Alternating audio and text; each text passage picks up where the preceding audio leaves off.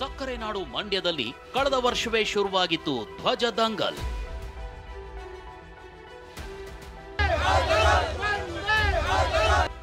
ಆರಂಭದಿಂದ ಏನೇನಾಯ್ತು? ಟಿವಿ 9ಗೆ ಸಿಕ್ಕಿದೆ exclusive report.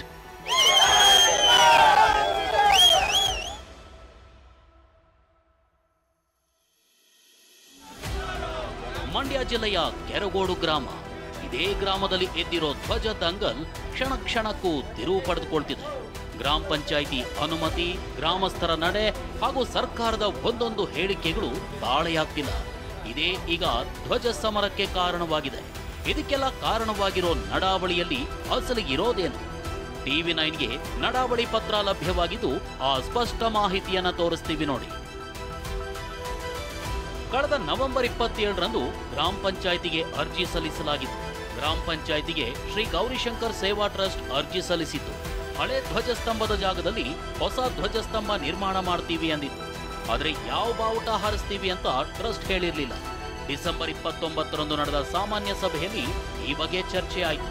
ಟ್ರಸ್ಟ್ನವರಿಗೆ ನಾಡಧ್ವಜ, ರಾಷ್ಟ್ರಧ್ವಜ ಮಾತ್ರ ಹಾರಿಸುವಂತೆ ಷರತ್ತು ವಿಧಿಸಿ ಧ್ವಜಸ್ತಂಭ ನಿರ್ಮಾಣಕ್ಕೆ ಅನುಮತಿ ನೀಡಲಾಗಿತ್ತು. ಕೆರಗೋಡು ಗ್ರಾಮಸ್ಥರು ಕೂಡ ಅರ್ಜಿ ಸಲ್ಲಿಸಿ ಹನುಮಧ್ವಜ ಹಾರಿಸಲು ಅನುಮತಿ ಕೇಳಿದರು. ಈ ಸಭೆಯಲ್ಲಿ 22 ಸದಸ್ಯರ ಪೈಕಿ 18 ಸದಸ್ಯರು ಸಹಮತ ನೀಡಿದರು. ಆದರೆ ಇದು ಮೌಖಿಕವಾಗಿ ಚರ್ಚೆಯಾಗಿದ್ದೇ ವಿನಃ ಯಾವುದೇ ಅಧಿಕೃತ ಆದೇಶ ಆಗಿರಲಿಲ್ಲ. ಆದರೆ ಗ್ರಾಮಸ್ಥರೆಲ್ಲರೂ ಸೇರಿ ನೂತನ ಧ್ವಜಸ್ತಂಭದಲ್ಲಿ ಹನುಮಧ್ವಜ ಹಾರಿಸಲು ತೀರ್ಮಾನಿಸಿದರು.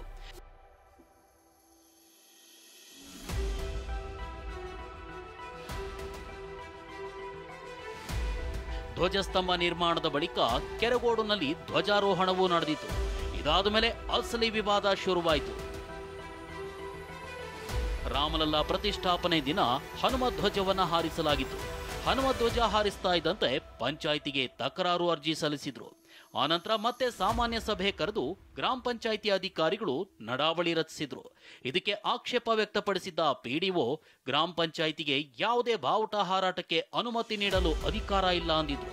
ಇದೇ ಸಭೆಯಲ್ಲಿ ಸಂಬಂಧಪಟ್ಟ ಇಲಾಖೆಯಿಂದ ಅನುಮತಿ ಪಡಿಬೇಕು ಅಂತ ಪಿಡಿಒ ಸಲಹೆ ನೀಡಿದ್ರಂತೆ.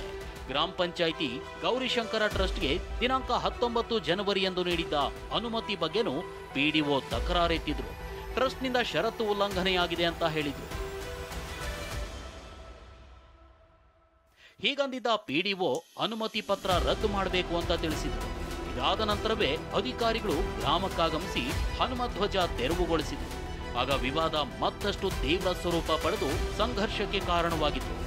ಇಷ್ಟೆಲ್ಲದರ ಮಧ್ಯೆ ಕೆರಗೋಡು ಗ್ರಾಮಸ್ಥರು ಹೇಳ್ತಿರೋದೇ ಬೇರೆ.